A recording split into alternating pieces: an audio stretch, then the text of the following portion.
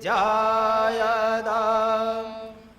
आराष्ट्रे राजन्याशोरयेषु व्योते व्याधि महारथो जायदाम् दग्धे धेनुर्वोढा नड्वानाशो सप्ते पुरन्धिर्योषा जिष्णुरधिष्ठा सभेयो युवास्य यजमानस्य वीरो जायदाम् निकामे निकामे न वर्जन्यो वर्षदो फलवत्यो नयोषधयम् पच्यन्ता योगक्षेमो न कल्पदा। मैं आशा करता हूँ आप जो आशाएं लेकर के आते हैं उसे परमपिता परमात्मा आपको सहाय करे और जो आशा आप लेकर के आए हैं उसमें दिन प्रतिदिन और आज की तारीख में जो यहाँ पर हम सफलता की ओर आपको अग्रसर करने बैठे हैं, तो इस प्रकार से हमने किया है कार्यक्रम कि यहाँ पर हम सीनियर लोगों को यहाँ पर बिठाएंगे और जूनियर के लिए हमने ऊपर अरेंजमेंट किए फर्स्ट फ्लोर के ऊपर। तो मैं यहाँ से जजेस का भी अनाउंसमेंट करता हूँ, कौन कौन जजेस जूनियर में जाएंगे और कौन कौन सीनियर में रहेंगे। यहाँ पर प्रोफेसर धीरेन्द्र रेडिया जो यहाँ पर जो इस घाटकोपर के ख्यातनाम हैं और इस प्रकार की जो वक्तृत्व कला है उसको सिखाने के लिए वो हमेशा तत्पर हैं और वो मेरे गुरु रह चुके हैं। और गुरु होते हुए उसका एक कोई भी विषय का गुजराती नहीं तो हमें इतिहास सिखा देते हैं, तभी पहले हमें एक संस्कृत भाषा का कोटेशन देते थे और उसके बाद में उसका वो लेक्चर शुरू होता था।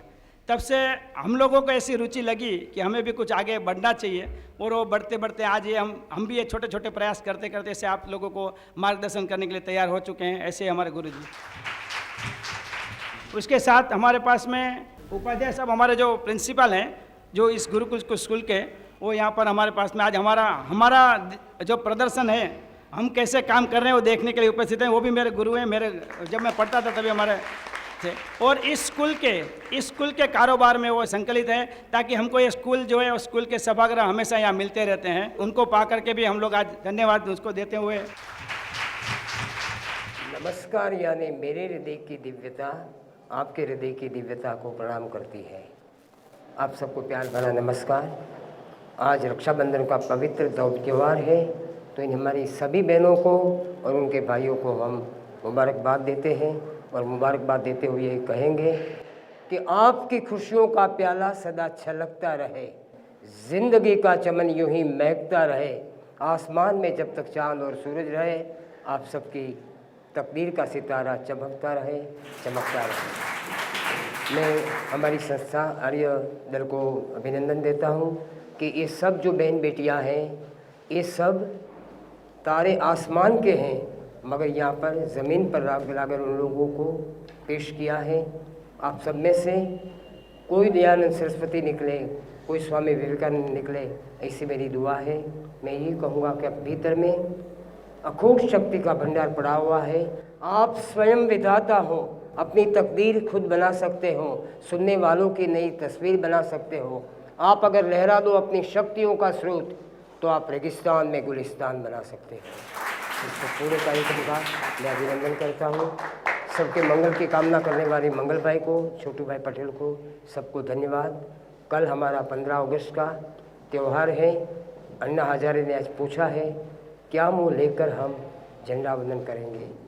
इस बात पर मैं हमारे घाटकोपर के लाडले कवि जो भी इस वक्त नहीं है दुनिया में, वेणी भाई पुरोहित, उसने कविता लिखी, मंगल भाई सुनिएगा।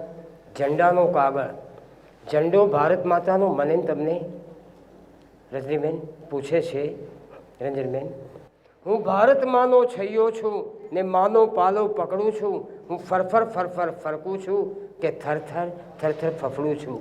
झंडो ફરકતો નથી, એ ફફડે છે, એને ડર લાગે છે કે ક્યાંક હું નીચે ન આવું। નિસ્વાર્થ ભાવે કરેલા આયોજનનું કોઈ પરમાત્મા પુણ્ય આપવા માગતો હોય તો હું કહું એ ઝંડાના ફફડાટને હે પરમાત્મા તમે ફરકાટમાં પલટી નાખો, ફરકાટમાં પલટાવી નાખો. જય હિન્દ. मैं सभी अपने अरिवीर दल मुंबई के अधिकारियों को, कार्यकारी सदस्यों को धन्यवाद देता हूं और इस सत्र का अभी हम शुभारंभ करते हैं. आदरणीय श्री यशप्रिय आर्य जी से प्रार्थना करूंगा कि आगे की जो हमारी कार्यवाही है उसको शुरू कराएं.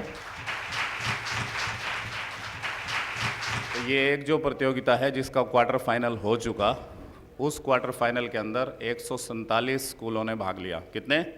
147 सारे बम्बई से. और उसके अंदर 590 स्टूडेंट्स ने भाग लिया. कितने? 590. और ये जो कॉम्पिटिशन है पूरे मुंबई के अंदर 13 जगह पर हुआ. कितनी जगह? 13. तो इस तरह से मिलाकर 13 जगह पर 147 स्कूलों के 590 बच्चों ने भाग लिया. ये फिगर मैं आपको बिल्कुल एग्जैक्ट बता रहा हूँ जो है. उसमें से 78 बच्चे यहाँ पर आए हैं, जिसको हम आज सेमीफाइनल कह रहे हैं. फाइनल जो है कालीना यूनिवर्सिटी के अंदर एक बहुत बड़े ऑडिटोरियम में बहुत अच्छे प्रोग्राम के अंदर होगा 3 तारीख को. आपकी जानकारी के लिए ये प्रतियोगिता 4 भाषाओं में हो रही है, हिंदी, इंग्लिश, गुजराती और मराठी. और ये पहला प्रयोग है जब हम कंबाइंड कर रहे हैं. पहले क्या कभी कभी भाषाएं अलग अलग रखी जाती थी, इस बार अलग अलग ना रख के भाषाएं कंबाइंड है, कंबाइंड कंपटीशन चल रहा है. क्वार्टर फाइनल में से आप सब लोग आए हैं, आपको एक सीडी दी गई थी वहाँ पर. आप में से किसने वो सीडी देखी, वो हाथ खड़ा करें. बैठिए. आपने वो सीडी देखी है, आपको अच्छी लगी होगी. अब मेरी आप सबसे ये रिक्वेस्ट है, जो बच्चे क्वार्टर फाइनल से यहाँ पर आए हैं वो भी, जो यहाँ पर कुछ बच्चे हैं वो भी, और जो बड़े हैं वो भी उस सीडी को देखें. और आपकी जानकारी के लिए जो हमारा क्वार्टर फाइनल होगा उसके अंदर सिर्फ बच्चे, बड़े नहीं, बच्चों से एक क्वेश्चनर हमने तैयार किया है उस सीडी के ऊपर. उसमें से कुछ सवाल पूछे जाएंगे और उनमें से जो भी विजेता होंगे 1, 2, 3, 4, 5, 6 उन सबको इनाम दिए जाएंगे. ठीक है जी. वो सीडी अगर किसी के पास ना हो, यहाँ पर अवेलेबल है, उस सीडी को आप ले सकते हैं. उसके बाद आज जो ये प्रोग्राम हो रहा है इसकी एक यहाँ पर सीडी बनाई जाएगी. ये 2 तरह से हो रहा है, कुछ बच्चे यहाँ बैठेंगे, कुछ दूसरे हॉल के अंदर. तो वो जो सीडी बनेगी वो सीडी भी आप ले जा सकेंगे, लेकिन चूंकि ये सब जो काम है ये महंगा पड़ता है, उस सीडी को लेने की कीमत 100 रुपये है. आप लेके जाएं उस सीडी को, वो आपको 3 तारीख को मिल सकेगी, लेकिन मिलेगी उन्हीं को जो यहाँ पर 100 रुपये एडवांस में जमा करवा जाएंगे. तो सभी लें, क्योंकि बच्चों को अपनी चीज़ देखने के लिए बहुत अच्छा अवसर होता है और हमने काफ़ी मेहनत की है इसमें. प्रोफेशनल ये आपकी रिकॉर्डिंग हो रही है, ये आम रिकॉर्डिंग नहीं है जो शादी ब्याह में होती है, प्रोफेशनल रिकॉर्डिंग चल रही है. कुछ एक जानकारी, जो ये 50 साल में कार्यक्रम चलेंगे, इसमें हम एक बहुत अच्छा कैंप लगा रहे हैं, शिविर जिसको कहते हैं कैंप. वो बच्चों की पर्सनैलिटी से रिलेटेड है और उसकी जो तारीखें हैं वो होगा 30 अक्टूबर से और 6 नवंबर, संडे टू संडे, दिवाली के बाद है ये. तो उसके अंदर भी आप भाग ले सकते हैं. और उसकी जगह जो है वो लोनावाला भी हो सकती है और बम्बई में नेरुल वगैरह भी हो सकती है, उसकी तलाश जारी है. उसकी आप पूरी जानकारी हमारे से ले सकते हैं, यहाँ रजिस्ट्रेशन करवा सकते हैं. उसके अंदर जो छोटी सी कंडीशन है वो हमने ये रखी है कि जो आर्य समाज के परिवार हैं, जो आर्य समाज के बच्चे हैं, जो आर्य समाज के स्कूलों में पढ़ते हैं, उनको प्रेफरेंस है. प्रेफरेंसेस उनको है, बाकी भाग उसमें कोई भी ले सकते हैं. उसका एक 2000 रुपया शुल्क भी है, वो भी आपको देना होगा. लेकिन 10 दिन के अंदर या 7-8 दिन के अंदर आपकी पर्सनैलिटी को डेवलप करने के लिए बहुत सारी चीज़ें उसके अंदर होंगी. और वो रेजिडेंशियल होगा, आपको वहीं रहना होगा उसमें. जो बच्चे यहाँ पर इनाम जीतेंगे उनको भी, और जो नहीं जीतेंगे उनको भी एक तुलसी का पौधा दिया जाएगा. तुलसी का पौधा किस लिए?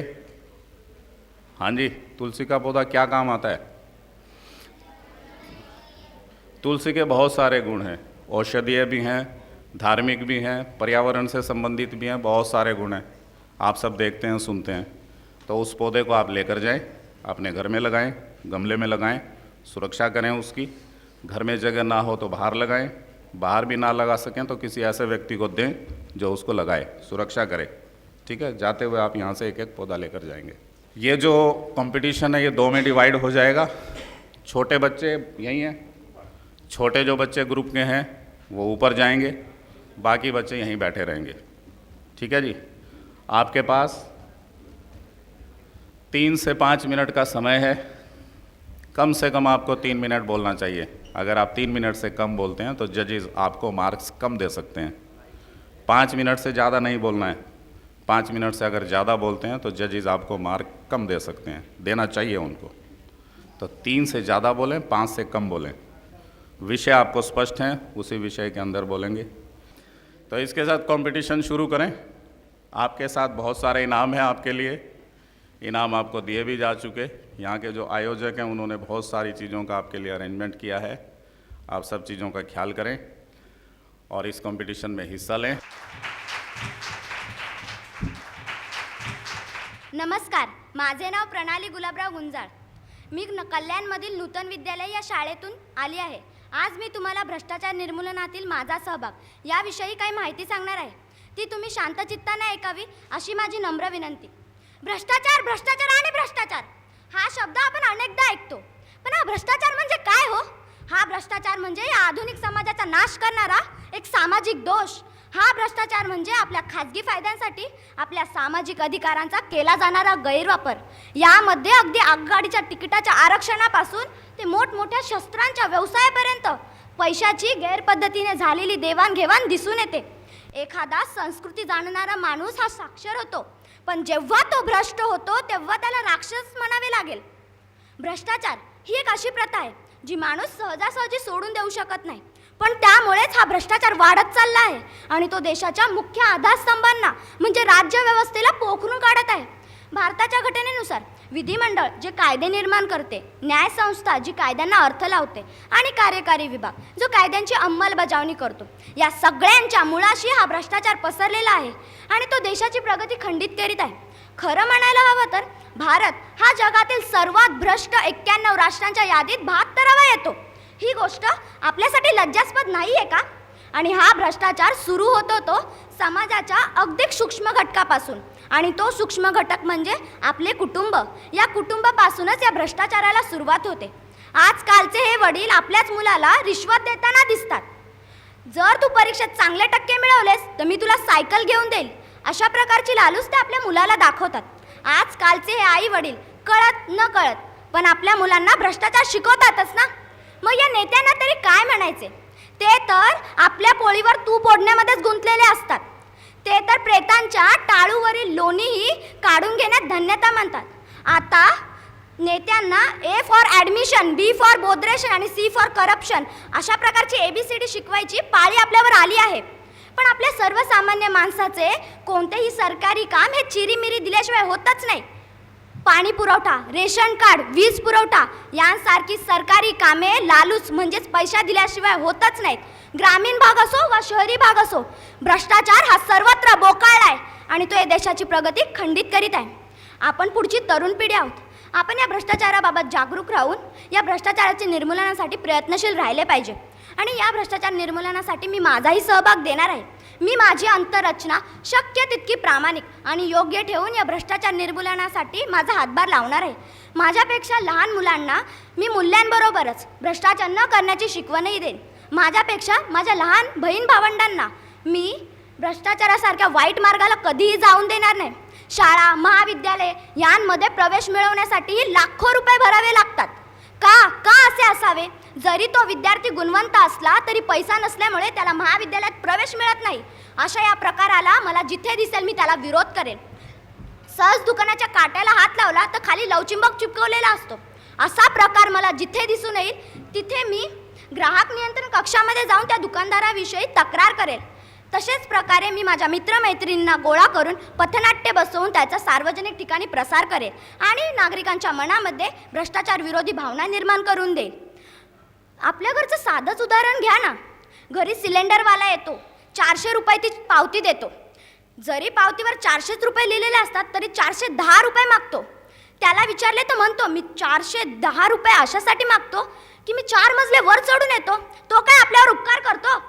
यासाठी मी माझ्या आईला विरोध करेल की तू असे 10 रुपये त्याला लाच देऊ नकोस। अशा अनेक उपाय योजून आपण या भ्रष्टाचाराच्या निर्मूलनासाठी सहभाग देऊ शकतो. आपण पुढची भावी पिढी आहोत. आपण या भ्रष्टाचाराला विरोध केलाच पाहिजे आणि इथे अशी प्रतिज्ञा करायला पाहिजे की पुढे आपण असं भ्रष्टाचार करणार नाही, असे भ्रष्टाचारी होणार नाही. आणि मीही ती आज प्रतिज्ञा करते. आणि हे तेव्हा सफल होईल जेव्हा प्रत्येक नागरिक स्वतःशीच ठरवेल, मी कोणाला लाच देणार नाही आणि कोणाकडून लाच घेणारही नाही. अशा प्रकारचा निर्धार केल्यावरच हा भारत देश विकसित होईल. आज जो भारत देश आहे तो विकसितशील देश मानला जातो. पण जर हा भ्रष्टाचार नष्ट झाला नाही ना, तर हा देश अधोगतीकडे वळेल. आणि जर भ्रष्टाचार नष्ट झाला तर हा देश विकसित म्हणून ओळखला जाईल. यासाठी मी 2 पंक्ती बोलू इच्छिते. भ्रष्टाचार हा भ्रष्टाचार, सर्वांनी दिला यावर भार. भ्रष्टाचाराचे वाढले शेत, त्यामुळे गरिबांचे बनले प्रेत. भ्रष्टाचाराचा निर्माण झाला वाद, तरी पण प्रत्येक जण घेतोच ना लाच. रिश्वत हा शब्द आलाच कसा, पसरला भ्रष्टाचाराचा रोगच जसा. आणि शेवटला मी एवढेच बोलू इच्छिते की मी आज इथे अशी प्रतिज्ञा करते की मी कधीच भ्रष्टाचार करणार नाही, अशी भ्रष्टाचारी होणार नाही. कशा प्रकारे त्यांनी विषय मांडला ते भ्रष्टाचाराचा निर्मूलन जर करायचं असेल तर माझ्या घरापासून मी सुरुवात करू अशी म्हणणारी आपली हा भविष्याची नेता आपल्यासमोर कशा प्रकारे विषय मांडला ते आपण बघितलं. आणि त्या विषयामध्ये दम होता. दम अशासाठी होता की नुसतं त्याची कशामुळे काय ते नाही, पण ते कसा भ्रष्टाचार निर्मूलन होईल त्याचाही रस्ता दाखवला. म्हणजे अन्नाची नाणी आपल्याकडे आली. आता मी V2ला विनंती करतो की त्यांनी त्याच्याविषयी मांडावा. प्रणाम तुझे ओ परमेश्वर, धन्यवाद तेरा ओ धरणेश्वर, हर बात के लिए ओ हरेश्वर, जीवन में जो दिया जिनेश्वर, सर्वशक्तिमान है तू सर्वेश्वर. मैं धन्यवाद देना चाहती हूँ उस परमपिता परमेश्वर को जिसने मुझे इतनी सुंदर धरती, इतना महान देश, पूजनीय माता पिता, परिवार, मित्र दिए और आज एक अद्भुत मौका जिसके द्वारा मैं आपके समक्ष अपने विचारों को प्रदर्शित कर सकूं. उपासना, उपासना यानी कृतज्ञता प्रकट करना उस सर्वशक्तिमान ईश्वर के प्रति जिन्होंने हमें बिन मांगे बहुत कुछ दिया. उपासना का अर्थ कुछ मांगना नहीं होता, क्योंकि वे हमारी सभी ज़रूरतों को समझते हैं. उपासना यानी बिना किसी अपेक्षा से स्वयं में विलीन हो जाना. उपासना यानी भावना और संवेदना से भगवान से जुड़ना, जहाँ वह, हम और तीसरा कोई ना हो. उपासना यानी उस कार्य की पूर्णाहुति जिसके लिए ईश्वर ने हमें इस धरती पर भेजा. उपासना सिर्फ हमारे लिए नहीं परंतु संपूर्ण संसार की शांति और उन्नति के लिए है. परंतु उपासना करे तो करे कैसे, क्योंकि इसकी कोई एक रीत या कोई तरीका नहीं होता. हर कोई अपनी सोचानुसार अपने तरीके से उपासना करता है. कोई कर्म कांडों द्वारा इसे समर्पित करता है तो कोई मौन प्रार्थना द्वारा, कोई कष्ट उपवास की सहायता से. परंतु सही में क्या लगता है, भगवान को इन सभी तरीकों से कोई लेना देना है? इसी उपलक्ष्य में हम आपको एक कहानी सुनाना चाहते हैं. एक गांव में एक उपासक थे. उनकी उपासना बड़ी मशहूर थी और लोग दूर दूर से उसे सुनने के लिए आते थे, परंतु और सुन के मग्न भी हो जाते थे. परंतु एक दिन जब वह पंडित उपासना करने बैठते तब एक छोटा बालक आता, ईश्वर के समक्ष हाथ जोड़ खड़ा रहता और प्रार्थना बोलता. एक दिन पंडित जी ने उसे रुकाकर पूछा, बेटा तुम कौन सी प्रार्थना बोलते हो? बालक ने उत्तर दिया, पंडित जी मुझे तो कोई प्रार्थना नहीं आती, मैं तो सिर्फ अपनी वर्णमाला बोल जाता हूँ और भगवान जी से कहता हूँ आपको जो अच्छी लगे वह इस वर्णमाला से बना लेना. कहने का तात्पर्य यह है कि प्रार्थना कैसे भी की जाए पर अगर भावना सही हो तो ईश्वर तक ज़रूर पहुँचती है. हमें प्रार्थना करने के लिए किसी मंदिर, गिरजाघरों में जाने की ज़रूरत नहीं. हमारे द्वारा किया गया सच्चाई का हर एक काम स्वयं में ही प्रार्थना है. इसलिए तो किसी शायर ने ठीक ही कहा है, चलो आज किसी रोते बच्चे को हंसाया जाए, किसी प्यासे को पानी पिलाया जाए, किसी भूखे को खाना खिलाया जाए. इस तरह खुदा की भी कुछ मदद की जाए. ईश्वर कभी खुद नहीं आते परंतु वह कई स्वरूप में इस दुनिया में है. हम मंदिर गिरजाघरों में ढूंढते हैं पर वह खेत खलियानों में, किसी की मुस्कुराहट में, किसी की रोटी में बसते हैं. हम ईश्वर की प्रार्थना इस तरह भी कर सकते हैं कि आज जगत में कितने लोग उपेक्षित हैं, उनको उनका हक दिलाना भी किसी उपासना से कम नहीं है. उपासना मेरी दृष्टि से कुछ इस तरह भी हो सकती है, और आज उपासना का स्वरूप बदलना भी ज़रूरी है, क्योंकि स्वयं भगवान ने ही कहा है कि परिवर्तन संसार का नियम है। इसीलिए उपासना जो मेरी दृष्टि से होती तो कुछ इस कदर होती। मुझे ईश्वर ने इस धरती पर जन्म दिया, उस धरती के प्रति मैं ईमानदार बनूं, यह भी उपासना से कोई कम नहीं है। मेरे द्वारा किया गया हर एक छोटा काम भी किसी इंसान के जीवन में खुशहाली दे, वह संपूर्ण उपासना ही समझी जाएगी।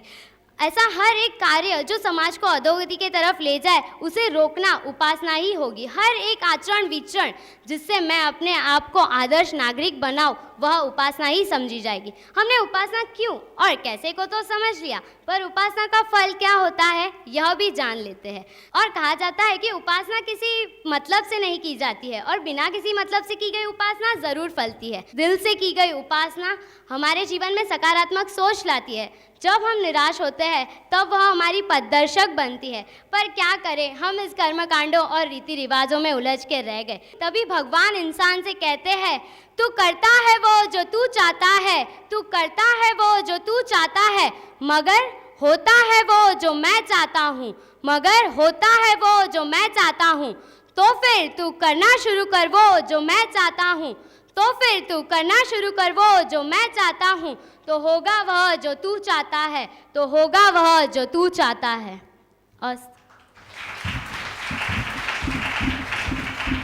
बहुत ही सुंदर शब्दों में हमें कुछ सुनने को मिला। वक्तृत्व की एक विशेष बात यह रही कि जितने शब्द सिंपल और जितने शब्द हमें लोक भाषा में मिलते हैं, उतने शब्दों का प्रयोग करते हुए ईश्वर के नज़दीक ईश्वर का सही स्वरूप और ईश्वर से होने वाला फ़ायदा, उस ओर हमें ये लेके गया। मुझे लगता है कि ये विषय जो है वो हमें बहुत ही प्रेरणादायी रहा। उनके भी इस वक्तव्य में उलझन भी थी और उसका सुझाव भी था। तो ये एक विशेष बात है वक्तव्य में कि उलझन भी रहती है और उसके सामने सुझाव भी रहता है। मैं V3 त्यांना विनंती करतो की आपला मंतव्य आपल्या समोर ठेवावा। अध्यक्ष महोदय, गुरुजन वर्ग आणि माझ्या जमलेल्या बालमित्रांनो, भ्रष्टाचार निर्मूलनामध्ये माझं योगदान या विषयावर बोलण्यासाठी मी इथे उभी आहे। भ्रष्टाचार निर्मूलनामध्ये माझं योगदान या विषयावर बोलण्यापूर्वी या भ्रष्टाचाराची सुरुवात कुठे होते याचा विचार करणं जास्त महत्त्वाचं नाही आहे। आपण लहान असतो ते आपल्याला गाणं शिकवलं जातं, ये रे ये रे पावसा आणि पुढे काय, तुला देतो पैसा म्हणजे पैसे दिल्याशिवाय पाऊस सुद्धा येणार नाही, हे लहानपणी आपल्या मनावरती बिंबवलेलं असतं। एखाद दिवशी जर आपला शाळेचा पेपरचा अभ्यास झाला नसेल, आपण देवाजवळ जातो आणि देवाला म्हणतो, देवा आज माझा अभ्यास झाला नाही बरं का, मला परीक्षेत चांगले मार्क मिळू देत। म्हणजे आपण देवाला सुद्धा लाचच देतो ना, देवाला म्हणतो, देवा तुला मी नारळ फोडेल बरं का, ही एक प्रकारची लाचच झाली नाही का। आपण पावसाला लाच देतो, देवाला लाच देतो आणि घरी लाच घेतो। म्हणजे एखाद दिवशी जर आपल्याला शाळेत जाण्याचा कंटाळा आला ना, की आपल्याला आई म्हणते, बाळा तू शाळेत गेलास ना, बाबा बाई चॉकलेट देतील बरं का, म्हणजे ही एक प्रकारची लाचच झाली नाही का। आणि मग हा चॉकलेट पासून सुरू झालेला भ्रष्टाचार आदर्शपर्यंत जातो। किती कमालीची गोष्ट आहे ना। आपण आदर्श माता ऐकली, आदर्श पिता ऐकला, पण भ्रष्टाचार सुद्धा आदर्श असू शकतो हे पहा, ऐकायला लागणं किती दुर्दैवाची गोष्ट आहे ना। पण या भ्रष्टाचाराला सुरुवात का होते, लोक याला प्रवृत्त का होतात, जेव्हा आपलं उत्पन्न हे आपल्या खर्चापेक्षा कमी असतं, तेव्हा आपल्या गरजा भागवण्यासाठी दुसऱ्या कुठल्या तरी मार्गातून पैसा आणावा लागतो, तिथेच खरी भ्रष्टाचाराला सुरुवात होते। या भ्रष्टाचाराला काही वेळेला आमच्यासारखी लहान मुलं सुद्धा कारणीभूत ठरू शकतात, कारण आजूबाजूच्या मुलांनी आणलेले छान छान ड्रेस, त्यांच्या आईवडिलांनी घेतलेले महागडे मोबाईल्स, लावलेले मोठे मोठे क्लासेस हे पाहून आपणही अशीच अपेक्षा करतो की आपल्या आईवडिलांनी आपल्याला असंच द्यावं। पण जेव्हा आपले हट्ट पुरवण्याची त्यांची कुवत नसते, आपण पण भरपूर हट्ट करतो, ते हट्ट पुरवण्यासाठी त्यांना दुसऱ्या कुठल्या तरी बाहेरच्या मार्गातून पैसा आणावा लागतो, तिथेच खरा भ्रष्टाचाराचा जन्म होतो। भ्रष्टाचार निर्मूलनामध्ये जर काही माझं योगदान असेल तर मी अशी कुठल्याही पद्धतीची अपेक्षा माझ्या आई वडिलांकडून करणार नाही. तर त्या मोठ्या मोठ्या क्लासेसमध्ये जे काही चांगलं शिकवलं जातं ते मी माझ्या स्वअध्ययाने मिळवील आणि चांगली गुणवत्ता प्राप्त करेल की ज्याच्या जोरावर मला कॉलेजमध्ये चांगलं ॲडमिशन मिळेल. आणि जेव्हा मी चांगल्या कॉलेजमध्ये ॲडमिशन घेऊन मोठ्या पदाला जाईल तेव्हा मी कोणालाही भ्रष्टाचार करू देणार नाही किंवा मी स्वतःही भ्रष्टाचार करणार नाही. पण तुम्हाला असं वाटत असेल की मी पैसा कमवणार नाही, मी पैसा कमवणार पण तो चांगल्या मार्गाने कमवणार. कारण आपल्याला जर राजकारणात मान मिळवायचं असेल तर पैसा महत्त्वाचा आहे, समाजकारणात मान मिळवायचं असेल तर पैसा महत्त्वाचा आहे, संसार जरी करायचा असेल तर पैसा हा महत्त्वाचा आहेच. हे सांगताना तुकाराम महाराज म्हणतात, धनवंता लागी सर्व मान्यता आहे जगी, माता पिता बंधुजन सर्व मानिती वचन. म्हणजे जीवनामध्ये पैसा हा महत्त्वाचा आहेच पण तो चांगल्या मार्गाने जोडलेला. म्हणून मी इथे संकल्प करते की कुठल्याही पद्धतीच्या वाम मार्गातून आणलेला पैसा मी घरी आणणार नाही आणि कोणालाही आणू देणार नाही. आपण इथे सर्वांनी मिळून एक संकल्प करूया की ज्या ज्या वेळेला या भ्रष्टाचाराविरुद्ध युद्ध घोषित केलं जाईल त्या वेळेला आघाडीची सैनिक म्हणून मी नेहमीच उभी असेल. आपणही असाच संकल्प करूया आणि या भ्रष्टाचाराच्या राक्षसाला उखाडून काढूया. जय हिंद, जय महाराष्ट्र. तर तू असा प्रमाणे जग की तुझी मान कधी खाली होऊ. आणि हा भ्रष्टाचार, ये भ्रष्टाचार हमारे इस मस्तक को किस तरह झुका रहा है ये हम सब जानते हैं. मी त्यांना अभिनंदन देतो. आणि now I will request V4. A very good afternoon to the esteemed judges and the wonderful audience present over here. Next time you're out on the road, observe a scenario. A vehicleist comes into the picture. A cop is standing. The vehicleist is not having his helmet. What does the cop do? He takes the vehicleist and asks him to take a receipt of the amount depending upon the crime. What does the vehicleist do? He takes him to the corner and just greases his palm. Isn't it wrong? Okay, the crime has been done by the vehicleist, but where do we stand in the picture? Ain't we all witness to such crimes in everyday life? Do we ever make an effort to go there and stop the crime?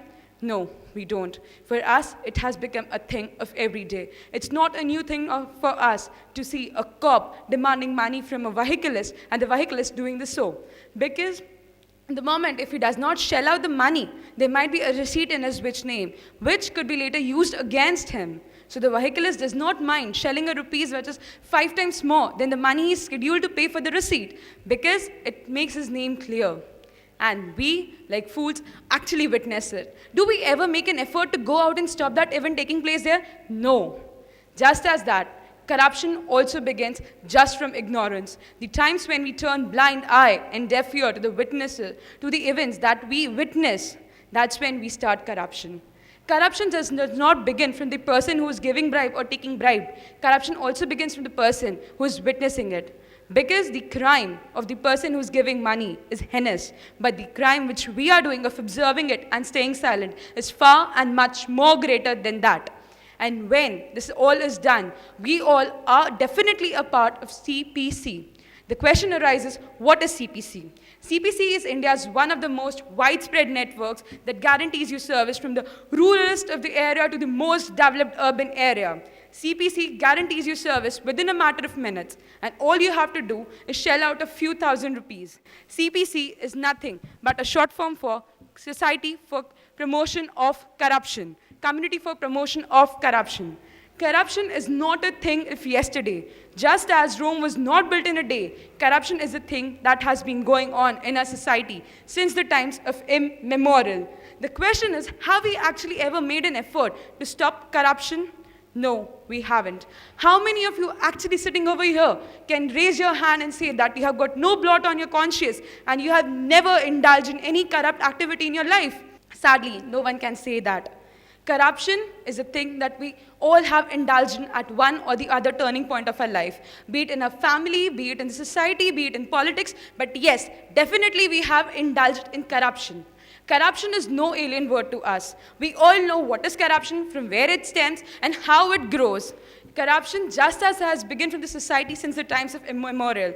Since we never made an effort to stop it back then, when it was a tiny shrub or a tiny climber, today it has grown into a full-fledged banyan tree. Today, corruption has turned into a huge mammoth monster that has seeped into the very core of our system. Today, corruption is present, be it in our religion, be it in our society, be it even in our family. Corruption is present everywhere. So the question arises, what effort can we do to stop this corruption, to make a society clean and corruption-free? What effort can be made by us to clean our system and stop this corruption at the gut? Everyone cannot be Anna Hazare. Everyone just can't go on food strike and his demands will be met. We have to do something that makes this significant, but at the same time, we should be very clear that whatever we do is on the right path. It's very easy to stand over here and criticize the people out there in politics, saying that they are responsible for whatever state is of our country today. We do that very often. Standing over here, I can easily blame some or the other government minister for doing something which has corrupted the system. And we very easily take the blame of us and blame them, that it is because of them today we are suffering from corruption. But who it is who have elected them as our ministers? Who has done this? It's we. It's I, it's you, it's everyone present over here who goes out for voting and elects the people. Do we ever make our mind to go and check on the internet to see whether the person whom we are electing as a minister is worth it? Do we ever go and bother to check whether the person whom we are electing as a minister is not a killer, not a murderer? For he may not murder our society. He may not kill and stab a society at the gut. No, we never make the effort. So what can I do to stop corruption?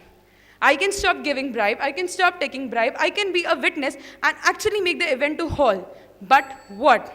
The question is, you, us, everyone should make an effort to stop corruption and do whatever is significant and right according to you. Thank you. God does not exist. Doesn't this statement shake all our ethics, moral, and faith that we have on God?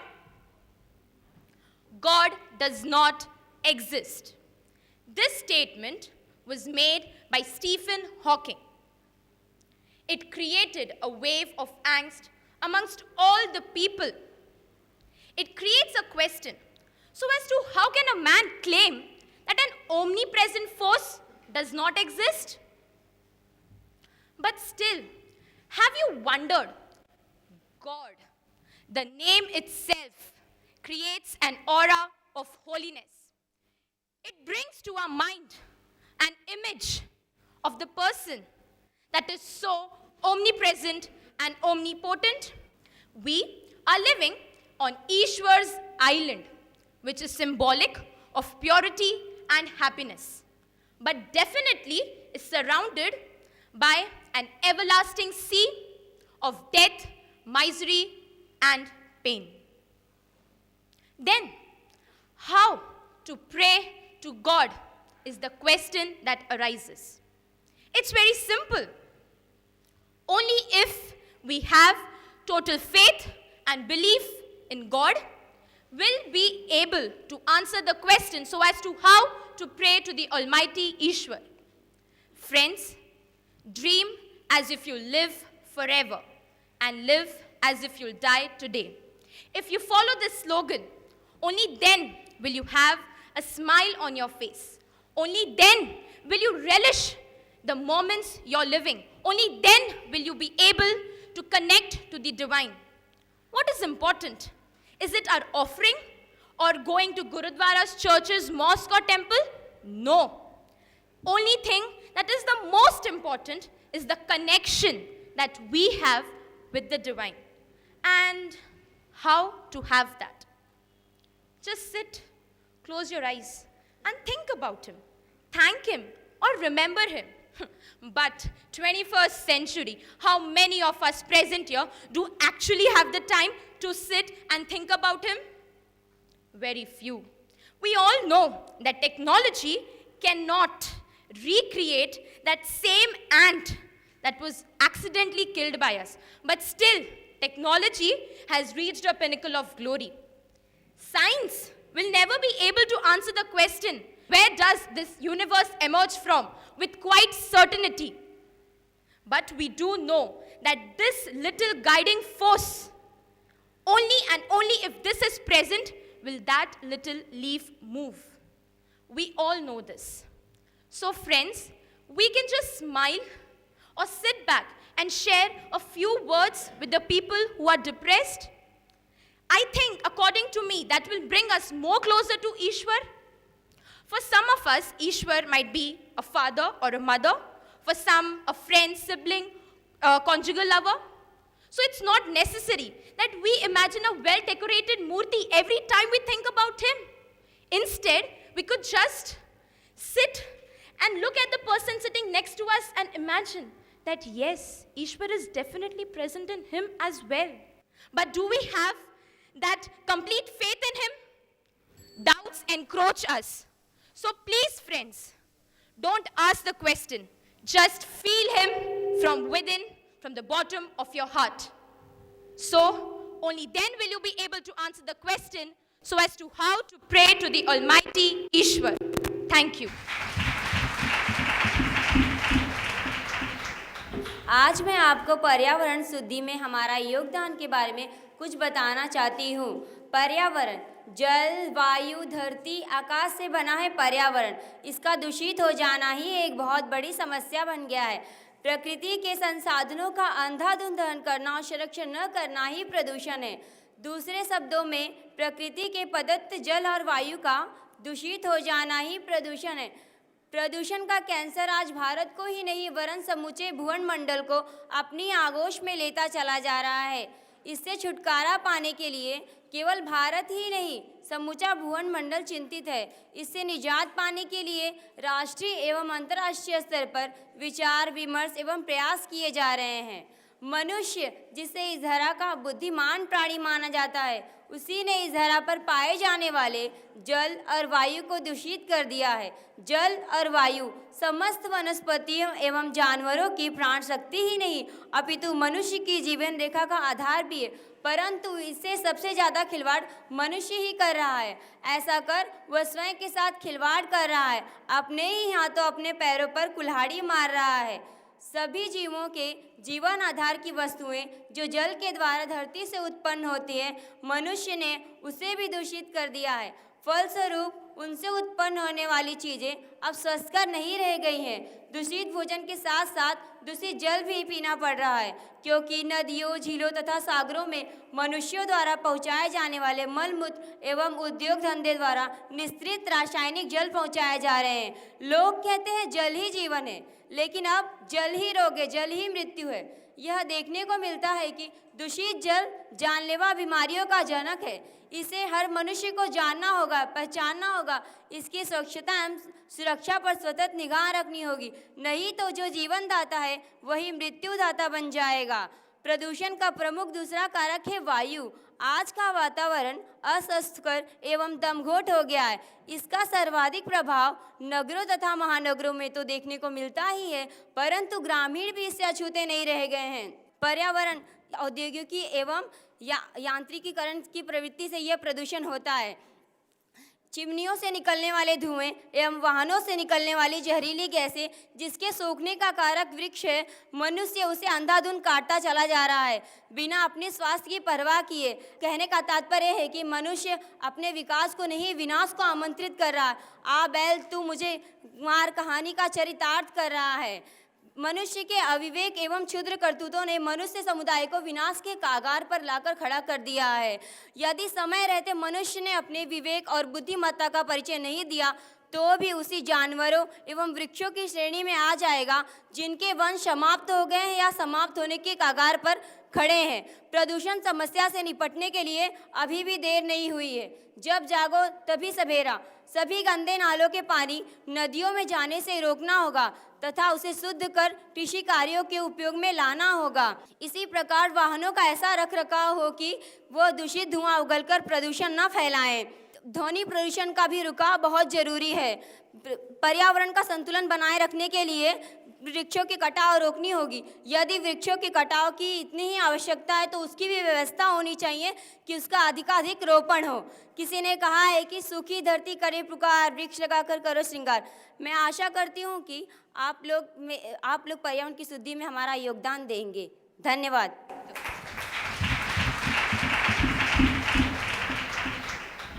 आदरणीय अतिथिगण, शिक्षकगण, निर्णायकगण एवं मेरे प्रिय सहपाठियों, आज मैं आप सभी को सर्वशक्तिमान ईश्वर की उपासना इस विषय पर मैं अपने कुछ विचार व्यक्त करना चाहता हूँ। तेरी सत्ता के बिना हे प्रभु मंगल मूल, पत्ता तक हिलता नहीं, खिले न कोई फूल। परमेश्वर परमात्मा किसी आकाश में नहीं, ना ही वो किसी मंदिर, मस्जिद या चर्च में है। वो तो हमारे हृदय में विराजमान है। ज़रूरत है तो उसे अपने आप में खोजना। मोह को कहाँ ढूंढे रे बंदे, मैं तो तेरे पास हूँ। जिस तरह शिल्पकार छैनी हथौड़ी के प्रयोग से पत्थर को तराशकर उसमें छिपी हुई मूर्ति को प्रकट करता है, उसी प्रकार विकारों से मुक्त होकर हम परमात्मा को अपने भीतर तलाश कर सकते हैं। परमात्मा हर कहीं है, किंतु वो हमें दिखाई नहीं देते। जैसे कि दूध में होते हुए भी घी हमें दिखाई नहीं देता, फूल में सुगंध व एक छोटे से बीज में पूरा वृक्ष समाहित होता है, किंतु वो हमें दिखाई नहीं देता। उसी प्रकार ईश्वर सर्वत्र है, किंतु उन्हें देखने के लिए मन की आंखें चाहिए। जब हम अच्छे विचारों के बीज अपने मस्तिष्क में बोते हैं तो हमारे जीवन रूपी बगिया में बहार आती है। आधुनिक बनो किंतु आध्यात्मिक रहो, तभी जीवन में संतुलन आता है। जैसे कि मोबाइल की बैटरी को तब तक चार्ज नहीं किया जा सकता जब तक कि उसे विद्युत ऊर्जा से न जोड़ा जाए, ठीक उसी प्रकार ईश्वर से जुड़कर ही मनुष्य को अच्छे और बुरे के बीच समझ आती है और वह सही मार्ग पर चलता है। आज तक हमारे देश में जितने भी महापुरुष हुए हैं, चाहे वो स्वामी विवेकानंद हों, महात्मा गांधी या फिर वे महर्षि दयानंद सरस्वती, सभी बचपन से ही धार्मिक प्रवृत्ति के रहे हैं। ईश्वर की प्रार्थना में असीम शक्ति होती है। इससे हमारे भीतर सोई हुई अनंत शक्तियाँ जागरूक होती हैं। प्रार्थना दीन दुखियों के लिए कल्प वृक्ष है, रोगियों के लिए तो दुआ संजीवनी का काम करती है, पापियों का तो गंगा के समान उद्धार करती है। इसीलिए तो गांधी जी कहते हैं, मुझे रोटी ना मिले मैं व्याकुल नहीं होता, किंतु प्रार्थना के बिना तो मैं पागल हो जाऊंगा। विनोबा भावे जी ने भी कहा है, प्रार्थना मन का सर्वोत्तम स्नान है, आत्मा का भोजन है, जिससे हमारा मन आनंदित होता है। प्रार्थना हमारे विचारों को उदार बनाती है। जैसे हम न सोचे हमें क्या मिला है, हम ये सोचे किया क्या है अर्पण। फूल खुशियों के बांटे सभी को, सबका जीवन ही बन जाए मधुबन। अपनी करुणा का जल तू बहा के, कर दे पावन हर एक मन का कोना। हम चले नेक रास्ते पे हमसे, भूल कर भी कोई भूल हो ना। भजन, ध्यान एवं स्मरण से हमारा आत्मबल बढ़ता है। आत्मबल से बड़ा कोई बल नहीं होता। जिनका आत्मबल कमज़ोर होता है वे ही ईर्ष्या, द्वेष एवं लोभ जैसे विकारों के शिकार होते हैं। मजबूत आत्मबल वालों में विकार प्रवेश नहीं करता। इसका ये मतलब तो नहीं कि वे बलहीन या कमज़ोर हैं। बलहीन को परमात्मा की प्राप्ति नहीं होती। गुंडे मत बनो, किंतु गुंडागर्दी मत चलने दो।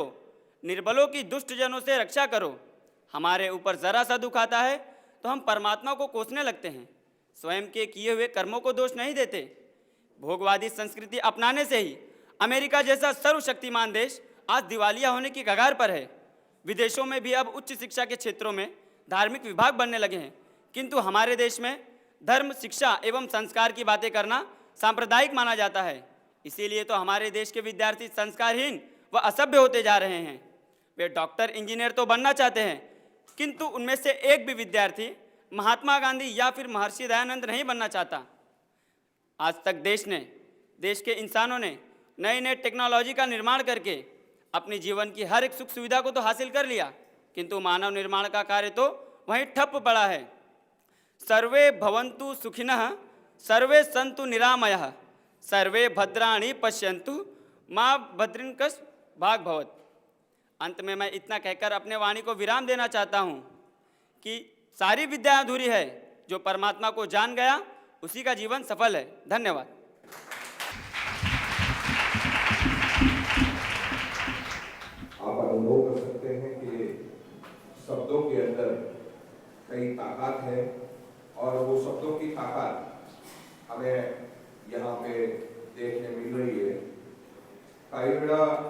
मौन हा मोठा शस्त्र असतो, पण जर सर्व मौन राहायला लागले तर मग त्यांचं मनोगत आपल्याला कसा पडणार. आणि म्हणूनच मी V8 म्हणतोय की तुझं मनोगत काय आहे ते कळू दे आम्हाला.